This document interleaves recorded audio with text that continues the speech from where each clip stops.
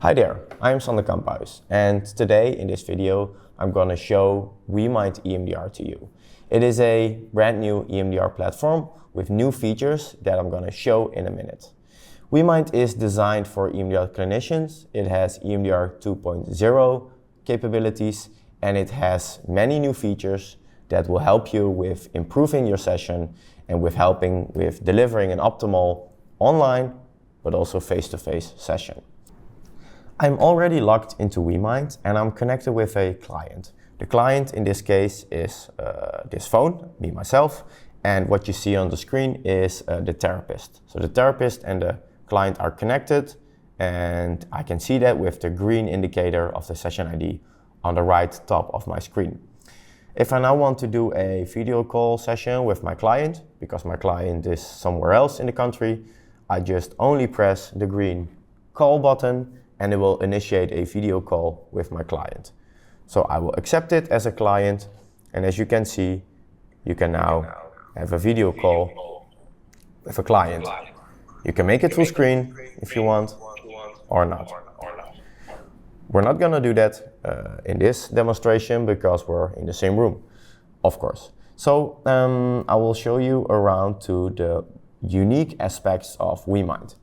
In the middle of my screen as a therapist, I see what the client sees in the client view. If I now do my EMDR session and I will just do it how I would always do it, at some point you want to do the distraction tasks. And in this case, we have many different options on how to do taxation.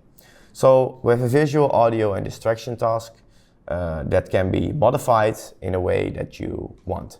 We're first gonna press the background option and I'm going to change the background to make it a bit more, I always like the beach, so I'll make it a bit more beachy here on the left side.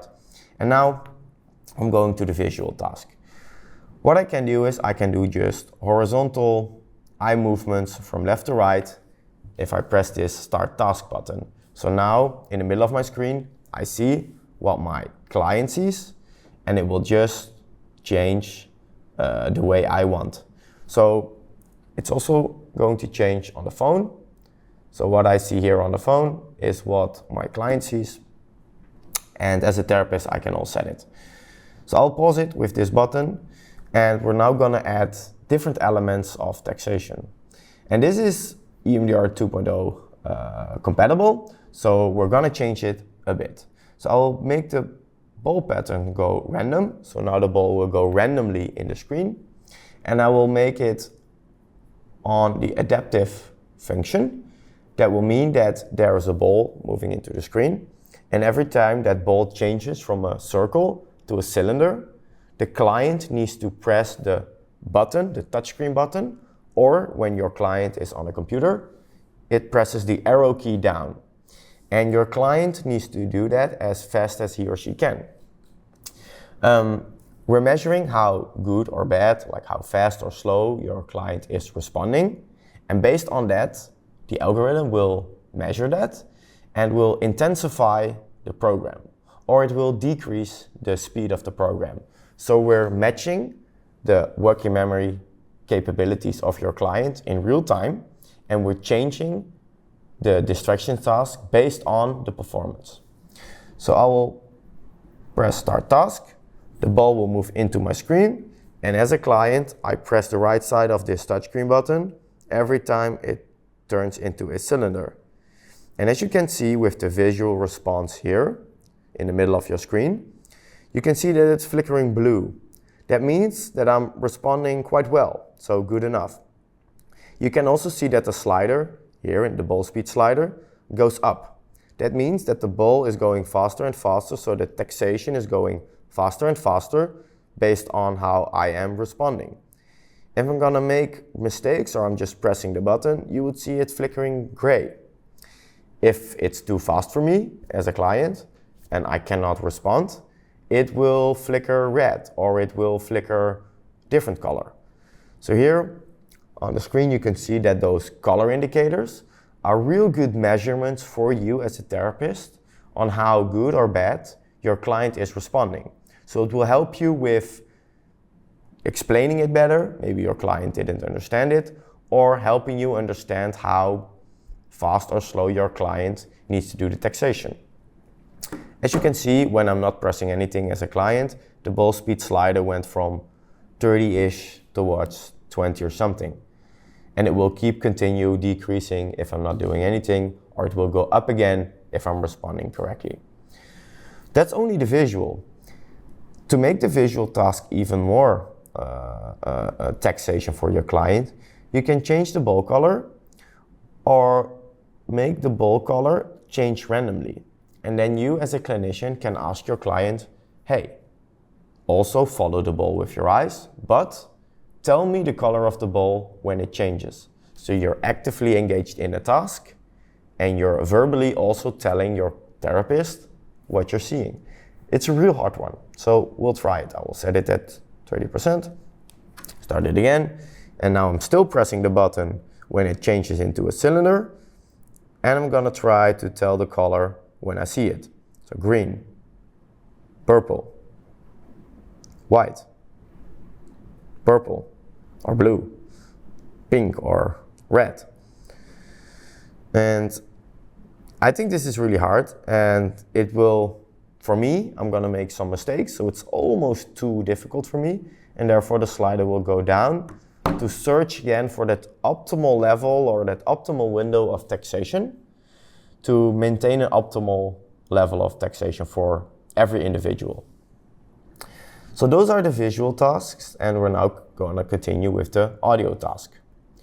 So if you have done the visual task and you want to add an audio task to it, you go to audio, switch it on, listen or select a sound type. I always like the string sound. And then when I press start task, the visual task will be on. So you're following the ball with your eyes. In this case, I'm gonna do the ball color change off because it was a bit too difficult for me. I will just put it on gray again. Audio is on, so if I now press start task, both tasks will be active. So now what I need to do as a client is I need to press the button when the ball changes into the cylinder, and I need to press the left side of my screen when I hear a sound. So I'm doing two tasks simultaneously. I'm doing a visual and an audio combined. So I'm pressing it. As you can hear, you hear a string sound. And when I press the left side of my button or of my screen, the string sound will be stopped.